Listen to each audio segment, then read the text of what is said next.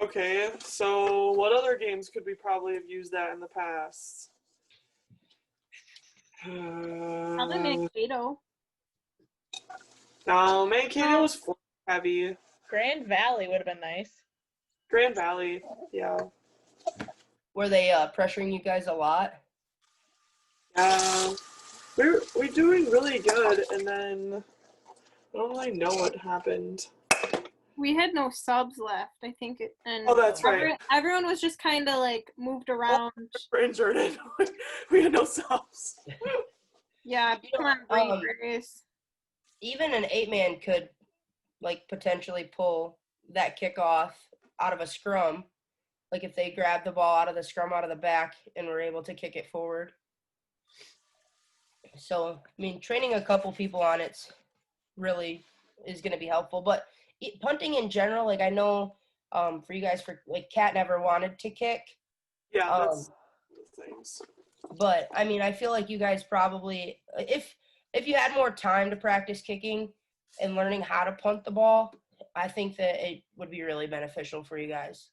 Is there a certain amount of time we can practice in a week, or is that not a rule? No But idea. we barely can. Like in normal season? Yeah. I don't think so.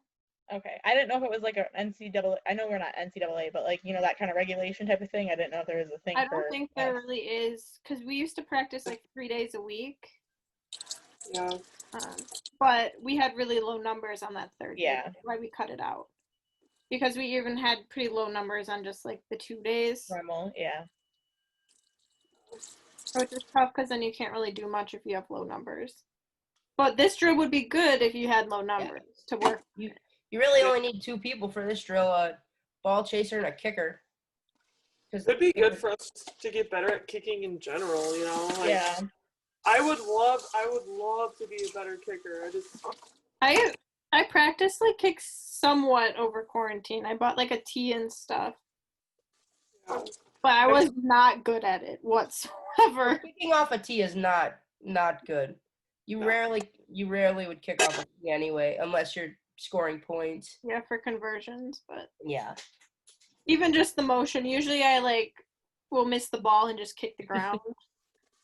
It's hard to get used to. I was watching videos on like how to kick, and the follow through is just insane. Like it really makes a difference if you have to like have your chest over your feet. Yeah. And like that whole like stretching your legs before you kick is definitely good. My first 6 kicks yesterday maybe went 3 feet. I was proud. Good. It was a very well done video though. Thanks. Yeah. I was really when you're it's not good, I was expecting just you kicking the ball once and yeah, no, I tried to freeze frame it on, where I said you gotta step away from the breakdown. So that's why it froze for a second. Oh, I thought it was just lagging on my part. No.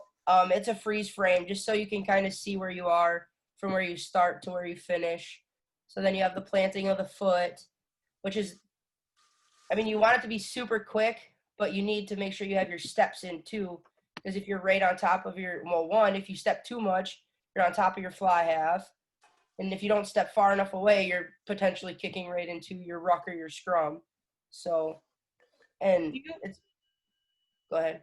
Oh, sorry. Do you, when you're doing that, do you want us to, aim towards the goalpost, or do you want us to aim more towards the side so the wings can have better access? You want to aim more towards the side. You want to aim toward, they call it the short side of the field, but it's really, you don't want to go to the short side because you want to go to where your strong, fast players are. Some people kick to their weak side wing just because they're the only ones over there. Mm-hmm. But, I guess it just depends on who your wings are, I guess, where you want to kick it. But the video said to, make sure, well, my video didn't say, but all the stuff I, researched said to, make sure your hips are, at a 45 towards the sideline, and then, make sure you're, you want your plant foot to be pointed where you want the ball to go.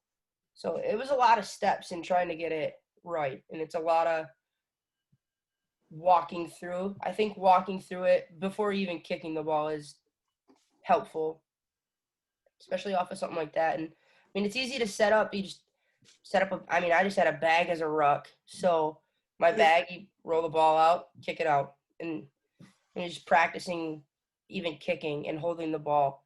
So like one of the things I was like researching about it, like when I used to hold the ball, I used to hold the ball towards the top of the ball, but you don't have much in that drill. You don't have much control over the ball. So when I drop kick to start a game, I would always hold the ball at the top. When I was punting the ball, I held the ball at the bottom. So that way it stayed more vertical through the whole thing. What fun do we got? Did any like teams we play in use this that you remember? I was trying to think, but I don't remember it. I don't think anyone did. The only team I remember kicking was Marquette. Yeah, and I think their fly half kicked. And they didn't do it much this past season. They did it the season before.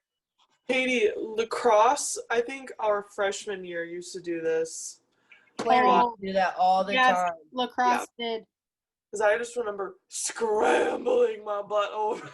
My first like game that I started was that, and I was running faster than I've ever ran in my life. Lacrosse had two really good kickers for their team. Yeah. I think it was their inside center and their scrum half could kick really well. Literally last year, they returned with 3 players, I think. Though all their team was freshmen. Well, look what Oshkosh is going to be next year. Yep. Go, Alex and Irene, you're holding us up. Jo had no clue. She had no clue. Joe's in your face. Better get that box kicking. No, it's literally Golden Boot. Joe, Mick, Irene. Day. That's it. I don't think I can handle that type of pressure. You know what? We've come back from worse. You guys got this. A lot of pressure. Oh my god, I think like the seniors the year that I was freshman were like, yeah, a couple years ago, like we barely existed. I think they had like 15 people on their roster, and like that's the field, you know. But every team goes through like having a field. My first year at Northern, we had 8 girls. We had a match with Michigan Tech to play any games, and now they have like 44 players. Yeah. None of you think about going there. I've never been there. I don't know if I wanna. I want to go there. I almost went there instead of here. Oh, jeez. Do you guys have any more questions about box kicking? I think Alex was going to come up with a lot of questions for us. Wait, okay, so is it only the scrum half that can do it? No. The 8-man can do it. It's anybody can do it. Anybody. So say Katie just got tackled in the ruck. The next person that comes up to the ball, so say you get to it first. If you're confident in the kick and you can communicate with your wing or whatever player you have in your back line that you know you want to kick to, that's the thing is like your scrum half usually has the most like communication in the game because they're usually always there for everything.